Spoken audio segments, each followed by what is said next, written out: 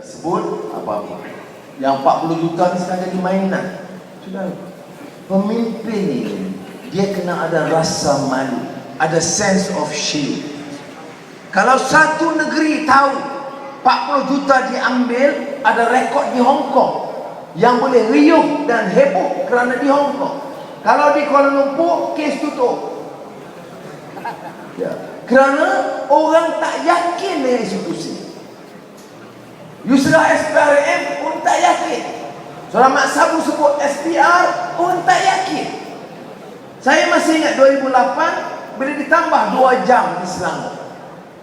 Tak semena-mena. Pukul 4 dia tambah 2 jam undi di Selangor. Semua tak yakin. Kita semua kata ini cara dia nak tipu lagi. Kerana keadaan di Selangor nampak wave rakyat bangkit. Dan ada kemungkinan besar cuba tipu. Tipulah bagaimanapun. Kalau rakyat sedar, rakyat bangkit, tumbang juga UMNO dan Barisan Nasional. Ini sama kita lihat berlaku di Selangor. Sebab the push was so pronounced that the forces of evil wanting to manipulate was not able to withhold the pressure and demand from the people. Ini sebabnya kita kata istilah kebangkitan rakyat itu penting. Sebab itu yang popular apa? Tukar, ubah, ini kanina, reformasi, apa ini? Semua ini memberi tanda, ia memberikan appeal yang besar kepada rakyat untuk bawa perubahan. Akhir kali orang tanya, untuk apa kita ubah? Mengapa kita kata ini kali lah? Ya kita fed up dengan UMNO BN. Yes. Tapi saya nak ulang seperti mana yang kita ada konsensus di kalangan pimpinan Tugu Hadi Awang, YB Kit Siang dan pimpinan keadilan sekali apa? Kita bukan sekadar nak tukar. Kalau tukar kerajaan, Sabah dia memang pakar. Tak ada negeri di Malaysia pakar tukar kerajaan macam Sabah.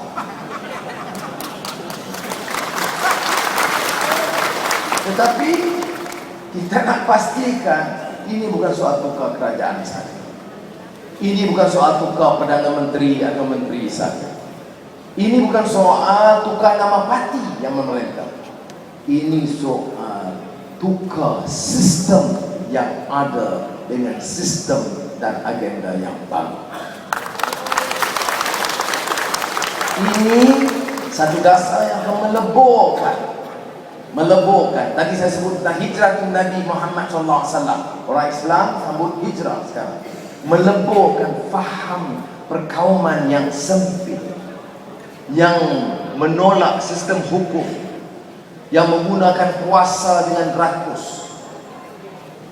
Bahawa yang menentukan itu 3. Itu yang sistem di Mekah yang ditolak, ditinggalkan oleh Nabi Muhammad SAW.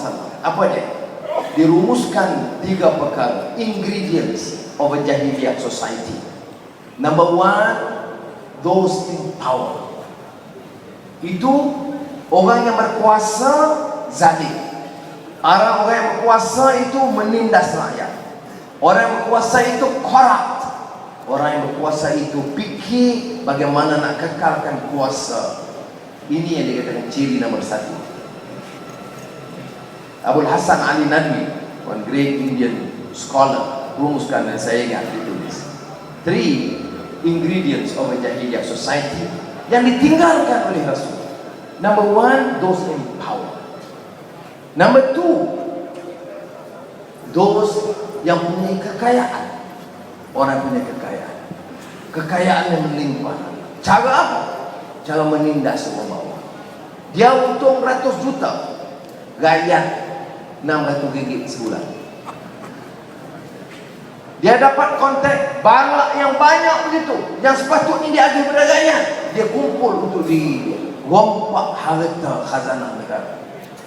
Itu dia ingredients of a Jahiliyah society, kata Maulana Abul Hasan Ali Nadwi. Saya nak supaya dalam masyarakat kita begini, that's how you understand. Sebagai orang Islam faham dan hormat agama lain. Bagaimana kita kata dengan harus Muslim Christian understanding, Muslim Confucianis, Muslim Buddhis, Muslim Hindu. Maka saya ambil kesempatan bagaimana kita lihat umpamanya one great phenomenal historic event in the history of Islam, di mana Nabi Muhammad pindah hijrah meninggalkan Mekah, old order, old corrupt, unjust, cruel order kepada yang baru di Madinah. Number one, saya kata those empowered. Number dua, orang yang kaya-kaya. Bagaimana dia punggah kekayaan dengan riba, dengan penindasan. Yang ketiga, orang berilmu, yang punya media, yang punya knowledge. Tetapi knowledge itu untuk mengampu. Guna media tipu kenyataan, guna media fitnah orang, guna media perbodohkan rakyat, guna media hari-hari kerjanya hanya mengampu yang berkuasa dan menipu rakyat. Ini ciri masyarakat jahiliyah yang ketiga. Bukan saya kata. Maulana Abul Hasan Ali Nadwi, one of the great scholars in Islam in this modern contemporary age. Jadi orang yang ada kuasa, yang kaya, yang berilmu, itu juga tercabar untuk do what is right, what is just. Jadi bila pindah Nabi Muhammad SAW dari Makkah ke Makkah Mukarramah ke Yathrib, Madinah Al-Munawwar, Madinatul Nabi, apa yang berlaku? Dia tinggal racism, dia tinggal perkauman kebangsaan Arab yang sempit. Tak relevan lagi dah. Sudah kena ingat bagaimana sekarang kalau orang Islam, orang Melayu dalam UMNO mengatakan hidup Melayu, ketuanan Melayu, sehingga kadang-kadang rompak pun tak apa, tipu pun tak apa, rasuah pun tak apa, asalkan kita kata ketuanan Melayu. Pasal apa di reject? Sebab Nabi Muhammad reject sistem racism itu dan menggantikan dengan perpaduan umat. Ada Salman dari Persia, Salman Farisi. Ada Jalaluddin the White from Rome, Jalaluddin Ar-Rumi. Ada the Black slave from Ethiopia, namanya Bilal dari Habasyah, slave.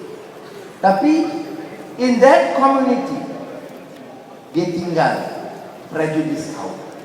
Jadi bila orang hina dia, anak orang kulit hitam, dia slave, dia dimerdekakan. Bila orang masih pandang, maklumlah dia bekas slave, hitam megah, bibir tebal, maka dileburkan faham itu. Dan Nabi Muhammad terus iktiraf dia sebagai ahli bait, my member of my family. Apa maksud itu? Jangan ada prasangka kaum, jangan ada prasangka yang boleh hina orang berdasarkan keturunan dan warna kulit dan lain budaya. No. Ini yang saya faham, yang dikupas. Bukan semestinya yang dicakap dan diamalkan oleh setengah orang. Dia guna Islam. Saya bagi contoh, bulan puasa dia puasa. Sebelum puasa benar rasuah, bulan puasa benar rasuah juga. Orang pergi haji, dia pergi haji. Sebelum haji ditipu, balik haji ditipu juga. Sebelum haji dia bukan haji tipu, dah balik dia haji tipu. Jadi religious rights and practice itu mesti dites ikut amalan. Samalah kita dalam politik ini, kita laksanakan apa yang kita yakin sebagai yang baik. Ini sebabnya mengapa dalam Pakatan Rakyat kita kena hidupkan semangat musyawarah. Kita di kalangan pimpinan dalam balik Pakatan Rakyat, kita dengar, kita bincang, kita ada trust, kita ada dengar apa yang tak setuju dan sebagainya, perbedaan pendapat. Segera kita call, segera kita ada rundingan hati ke hati, rundingan dalam mesyuarat. Maka di peringkat negeri harus ada yang semangat yang sama. Jangan biar ada apa-apa unsur negatif yang boleh menikam kita dan melemahkan semangat kita. Jadi pada kawan-kawan saya, keadilan DAP PAS di peringkat negeri dan cabang, semangat yang sama harus ada. Kita bersaing tak apa, kita berebut minta kursi tak, tapi dia ada had dia. Never sacrifice agenda lebih besar untuk angkat rakyat dan kawan Putrajaya dan Kota Kinabalu.